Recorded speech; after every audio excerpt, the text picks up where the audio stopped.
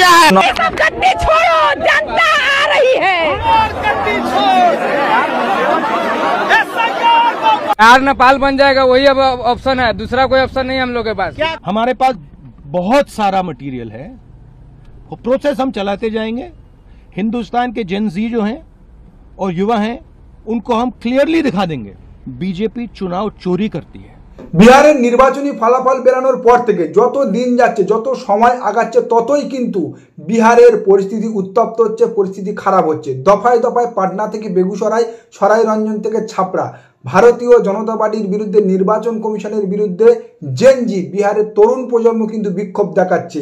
ভারতীয় জনতা পার্টির অফিস ঘেরাও করছে, নির্বাচন কমিশনের অফিস ঘেরাও করছে, নীতিশ কুমারের বাসভবন ঘেরাও করছে। আর সেই ঘেরাও থেকে ভারতীয় জনতা পার্টি ও নির্বাচন কমিশনের বিরুদ্ধে বিহারের নির্বাচন চুরির স্লোগান উঠে আসছে। এদিকে বিরোধী রাজনৈতিক দলগুলো নির্বাচন বাতিলের দাবিতে সুপ্রিম কোর্টে যাওয়ার তোড়জোড় শুরু করেছে। খুব শীঘ্রই রাহুল গান্ধী ভারতীয় জনতা পার্টি ও নির্বাচন কমিশনের এই বিহারের নির্বাচন চুরি বা ভোট চুরির তত্ত্ব জনগণের সামনে, যুব সমাজের সামনে তুলে ধরার কথা বলেছে।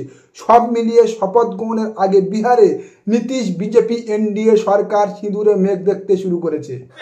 मैं वोट चोरी के मुद्दे पर हम लोग का स्टांस जो है वो बिल्कुल क्लियर है पहले दिन से। ये बिहार का मुद्दा नहीं है। जो चुनाव की पूरी प्रक्रिया है उसमें वोटर लिस्ट बनने से लेकर आचार संहिता के अनुपालन का, वोटिंग के दिन के, जैसे यहाँ पर आप जीविका की दीदियों को बाकायदा आपने मोबिलाइजर बनाकर सरकारी व्यवस्था के तहत बूथ में बैठाया है। तो पूरे वोटर लिस्ट बनाने की प्रक्रिया, आचार संहिता के अनुपालन की प्रक्रिया, वोटिंग के दिन जो हो रहा है वो उसमें सरकारी तंत्र का इस्तेमाल, दुरुपयोग या उपयोग, और वोटिंग के बाद जो महाराष्ट्र से लगातार दिख रहा है कि अंतिम 2 घंटे में 15%, 20% एक्स्ट्रा वोट होना, फिर चुनाव आयोग का उसका डिटेल नहीं जारी करना, और 3 दिन के बाद ये बताना कि इतना वोट हो गया। ये बड़े मुद्दे हैं। हम लोग बहुत छोटी पार्टी हैं, हम लोग को तो इतना नहीं ताकत है, लेकिन आपके माध्यम से मैं ये जरूर देश के विपक्ष को ये कहना चाहूंगा कि इस पर गंभीरता से बात करने की, और इसको जरूरत पड़े तो सुप्रीम कोर्ट में ले जाने की जरूरत है कि आज के तारीख में, आज की स्थिति में जो आचार संहिता पहले से बना हुआ है वो कितना कारगर है या नहीं कारगर है। দেখুন, প্রশান্ত কিশোর কিন্তু মহাগঠবন্ধনের কেউ নয়। তার দল জনসুরাজ কিন্তু মহাগঠবন্ধনের সঙ্গে ছিল না বিহার নির্বাচনে, বরং ঘুরিয়ে কংগ্রেস আরজেডি মহাগঠবন্ধনকে জনসুরাজ পার্টি বা প্রশান্ত কিশোর বারবার বিদ্ধ করেছে, তাদের বিরোধিতা করেছে। কিন্তু নির্বাচনী ফলাফল বেরোনোর পর যখন নির্বাচনের প্রশাসন এবং নির্বাচন কমিশনের ভোট চুরি একেবারে দিনের আলোর মতো স্পষ্ট হয়ে সামনে চলে আসছে, যখন প্রশান্ত কিশোরের মতো ধূর্ত প্রকৌশলীও বুঝতে পারছে যে হ্যাঁ, বিহারের নির্বাচনে কোথাও না কোথাও একটা জায়গায় কিন্তু বড় রকমের নির্বাচন বা ভোট চুরি হয়েছে, আর সেই জায়গা থেকে প্রশান্ত কিশোর বা তার দল জনসুরাজ কিন্তু শেষমেশ মহাগঠবন্ধনের সহায়তা চাইছে, মহাগঠবন্ধনের পাশে দাঁড়াচ্ছে এবং কংগ্রেসকে সুপ্রিম কোর্টে যাওয়া, বিহারের নির্বাচন চুরি বা ভোট চুরি নিয়ে সুপ্রিম कोर्टे যাওয়ার আবেদন বা অনুরোধ জানাচ্ছে। हम चुनाव ये रद्द कराएंगे, जल्दी रद्द कराएंगे। समय बिहार चुनाव रद्द होगा, बिहार चुनाव रद्द होगा, 100% रद्द होगा, अदालत के द्वारा रद्द होगा। এখন তাহলে এখানে প্রশ্ন উঠবে, ততদিনে তো সরকার গঠন হয়ে যাবে, শপথ গ্রহণ হয়ে যাবে। হ্যাঁ, তা তো যাবে, কারণ সুপ্রিম কোর্ট সরকার গঠন আটকাতে পারবে না। সরকার গঠন আটকাতে গেলে সুপ্রিম কোর্টকে তো রাষ্ট্রপতি শাসন জারি করতে হবে, যা সুপ্রিম কোর্টের এখতিয়ার নয়। এখন সুপ্রিম কোর্টে তো মামলা দায়ের হলে হবে না, কেবলমাত্র বিরোধী রাজনৈতিক দলগুলো মামলা দায়ের করে দিল আর সুপ্রিম কোর্ট রায় দিল না, বিষয়টা তো তা নয়।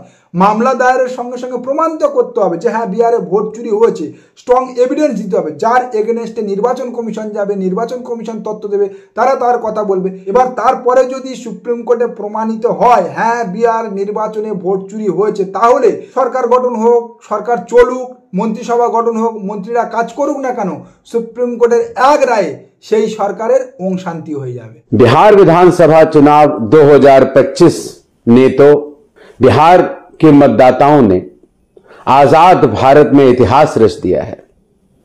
1951 से लेकर आज तक सभी चुनावों में सर्वाधिक वोटिंग हुई, 67.13%। यही नहीं, 1951 से लेकर अभी तक हुए सब चुनावों में हमारी माताओं बहनों, बहुओं और बेटियों ने भी चुनाव आयोग पर पूर्ण विश्वास जताते हुए बढ़-चढ़ कर हिस्सा लिया और सर्वाधिक 71.78% मतदान किया। ভারতের নির্বাচনী ইতিহাসে নাকি সর্বকালের সেরা ভোট প্রদান হয়েছে এই বিহারের নির্বাচনে। হ্যাঁ, তা তো হবে, না হলে আপনি হিসাব মেলাবেন কিভাবে? আপনি নিজে বিহারের নির্বাচনের পরের দিনকে প্রেস কনফারেন্স করে জানালেন যে 66.67% ভোট প্রদান হয়েছে। আর যখন দেখছেন যে আপনার দেয়া সেই 66.67% হিসাব মোট ভোটারের সঙ্গে মেলাতে গিয়ে বা অঙ্ক কষতে গিয়ে প্রায় 2,50,00,000 হেরফের হয়ে যাচ্ছে, হিসাব আকাশ পাতাল গড়মিল হয়ে যাচ্ছে, তখন আপনি আবার আজকের প্রেস কনফারেন্স করে বলছেন 71.78% ভোট প্রদান হয়েছে। আর কত গিরগিটির মতো রূপ পাল্টাবেন জ্ঞানী জ্ঞানেশ কুমার? আপনার এই নির্বাচন কমিশন বিহার নির্বাচনে যে ভেলকি দেখালো, হ্যাঁ, তা সত্যিকারে ভারতীয় নির্বাচনী ইতিহাসে সর্বকালের রেকর্ড হয়ে থাকবে, সর্বকালের ইতিহাস রচনা হয়ে থাকবে। টিএন সেশনের মতো একজন ভারতের সর্বকালের সেরা নির্বাচন কমিশনারের নেতৃত্বে নির্বাচন কমিশন যে রেকর্ড করতে পারেনি, আপনার মতো সঙ্গী বা আরএসএস ক্যাডার পরিচালিত নির্বাচন কমিশন সেই রেকর্ড করে দিল। মশাই, আপনি ধরা পড়ে গিয়েছেন। এসআইআর এর নাম করে বিহারের নির্বাচনী তালিকায় 4,60,000 ভুয়ো ভোটার ঢোকানো থেকে শুরু করে দফায় দফায় স্ট্রং রুমের সিসি ক্যামেরা অফ করে দেওয়া এবং যত্রতত্র থেকে বস্তা বস্তা ভিভিপ্যাট উদ্ধার হওয়া।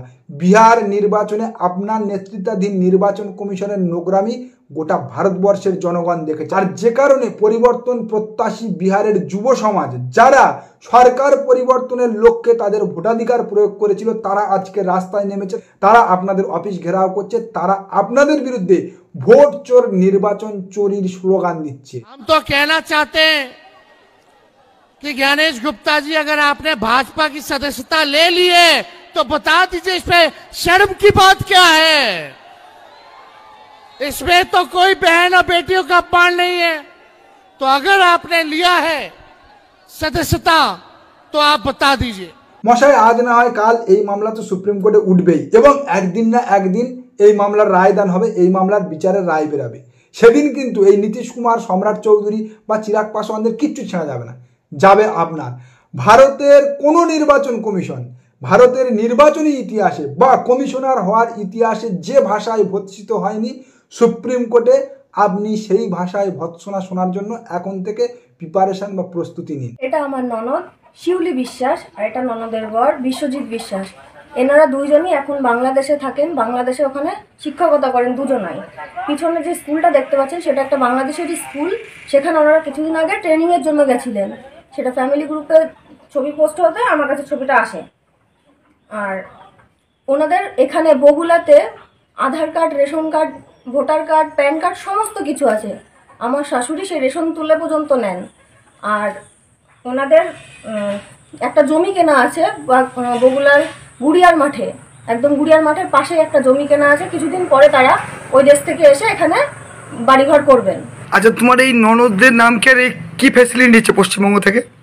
সমস্ত কিছুই পাচ্ছে, এই দেশের নাগরিক যা যা পায় সেগুলো সবই পাচ্ছে। তারা রেশন পাচ্ছে, লক্ষ্মীর ভান্ডার পাচ্ছে। শুভেন্দুবাবু, তাহলে কারা বাংলার ডেমোগ্রাফি বদলে দিচ্ছে? মুসলমানরা না হিন্দুরা?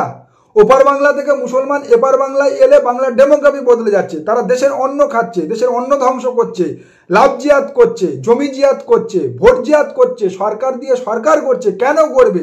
হ্যাঁ, ঠিক তো। কিন্তু এই যারা আপনাদের ওই ধর্মীয় উৎপীড়নার শরণার্থী নাকামোর সুযোগ নিয়ে ওপার বাংলা এপার বাংলা দুই বাংলায় নাক গলাচ্ছে, দুই বাংলায় করে খাচ্ছে, দুই বাংলায় থাকছে, তারা বাংলার ডেমোগ্রাফি বদলাচ্ছে না। তারা কি করছে? কয়েকদিন যাবৎ দেখছি আপনারা বর্ডারের ছবি দেখিয়ে, কিছু মানুষের ছবি দেখিয়ে আস্ফালন করছেন। দেখো, মুসলমানরা ওপার বাংলায় পালিয়ে যাচ্ছে এসআইআর এর ভয়ে। আর যারা আপনাদের হিন্দু ছাড়ের সুযোগ নিয়ে ওপার বাংলা থেকে এপার বাংলায় এসে জায়গা কিনছে, ভোটার হচ্ছে, সরকারি সুযোগ সুবিধা নিচ্ছে, রেশন তুলে খাচ্ছে, তারা বাংলার ডেমোগ্রাফি বদলাচ্ছে না, তারা বাংলার হকে হাত বসাচ্ছে না। ওপার বাংলা থেকে মুসলমান এপার বাংলায় এলে বাংলার ডেমোগ্রাফি বদলে যায়, আর ওপার বাংলা থেকে হিন্দু এপার বাংলায় এলে বাংলার ডেমোগ্রাফি শক্তিশালী হয়। যদি ওপার বাংলা থেকে মুসলমান এপার বাংলায় আসায় বাংলার ডেমোগ্রাফি বদলে যায় বা বাংলার ডেমোগ্রাফি বদলানোর জন্য যদি ওপার বাংলা থেকে আগত মুসলমানরা দায়ী হয়, তাহলে কোন অঙ্কে বা কোন সূত্রে ওপার বাংলা থেকে আসা হিন্দুরা ডেমোগ্রাফি বদলানো থেকে ছাড় পায়? আসলে আপনারা বা ভারতীয় জনতা পার্টি এই অনুপ্রবেশকারী ও শরণার্থী খেলার মধ্যে দিয়ে বাংলার বাঙালিদের বোকা বানাচ্ছেন। কারণ ওপার বাংলা থেকে একটা মুসলমান এপার বাংলায় এলে যতটা এই বাংলার বাঙালির অধিকারের ওপরে আঘাত হানা হয়, অধিকার খর্ব করা হয়, ঠিক ততটাই কিন্তু একটা হিন্দু এলেও হয়। যেটা আপনারা ওই ধর্মীয় চাদর বা মোড়কে মুড়ে অনুপ্রবেশ আর শরণার্থী নাটক দিয়ে চাপা দেওয়ার চেষ্টা করছেন। বাংলার বাঙালি সজাগ হন।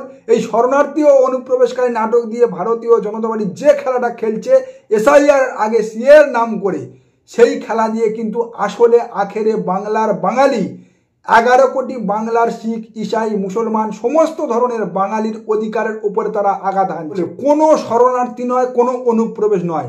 ওপার বাংলা থেকে কোনো মুসলমান, কোনো হিন্দুর এন্ট্রি এপার বাংলায় নয়। বাংলার বাঙালিদের সজাগ হতে হবে, রুখে দাঁড়াতে হবে। কারণ ওপার বাংলা থেকে মুসলমান আসুক বা হিন্দু আসুক, সে কিন্তু আমার আপনার ভাগে ভাগ বসাবে, থাবা বসাবে। নমস্কার, আজকের প্রতিবেদন এখানেই শেষ করছি। দেখা হচ্ছে আগামী কোনো প্রতিবেদনে। আমাদের প্রতিবেদন সম্পর্কে আপনাদের মতামত অবশ্যই জানান আমাদের কমেন্ট সেকশন। সবাই ভালো থাকবেন।